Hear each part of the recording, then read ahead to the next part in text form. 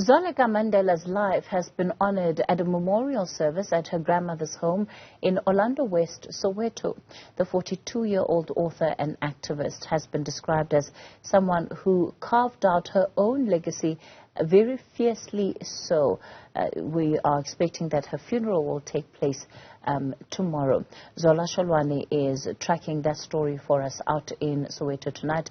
Zola, good evening to you. It's been quite an emotional week, at least off the face of it, for the Mandela family, not only because they've lost Zoleka, but it comes at a time where, you know, their grandmother, Zoleka Mandela, also being honored in Johannesburg. What did mourners have to say tonight?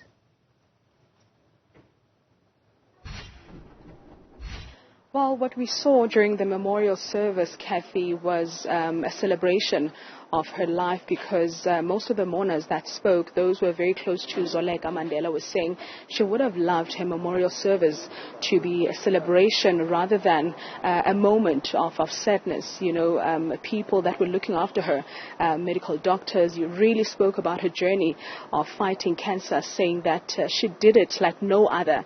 You know, we heard friends also saying that she was a beam of hope for a lot of people. As you might know, that she was quite public about her journey of fighting cancer.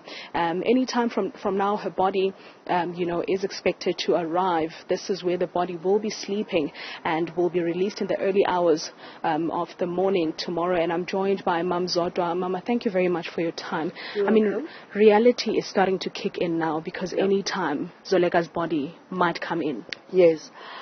And, you know, this is the saddest time, you know, at the funeral, because when she arrives, you know, you really begin to understand that this is it.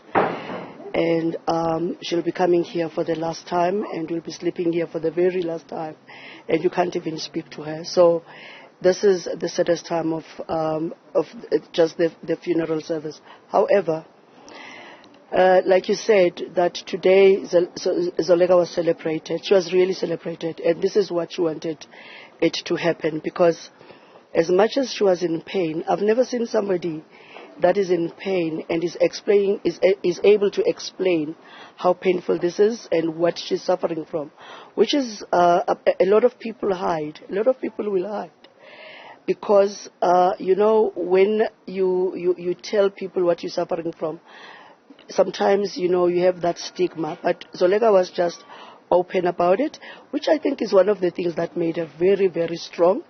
And she prepared everybody that she was leaving, though it is really, really sad now that she's gone. And it brings back, you know, the pain of her mother, you know, the pain of the grandmother, and, you know, the photo that you just showed me, where she is with the mother and the grandmother and her daughter. And because they were really photogenic, and now and then they would take pictures. And you look at that picture and you say, unbelievably so, they're now all gone, all four of them. Yeah. Mm-hmm. And obviously something that you mentioned was that if they happen to meet in the other world, it's a reunion. Yeah. Yes, if they happen to meet in the other world, it's a reunion.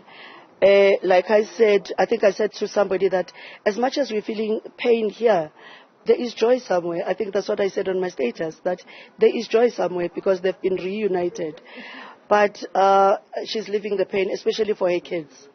You know, one of the things that I said when I spoke there is that Zoleka loved so much, and when it comes to her kids, I don't know how are they going to do this, because Zoleka loved so much, and her kids will really miss her. You know, I saw the 2-year-old, the 3-year-old, I think, looked at the mother's picture, and she did this like she was hugging.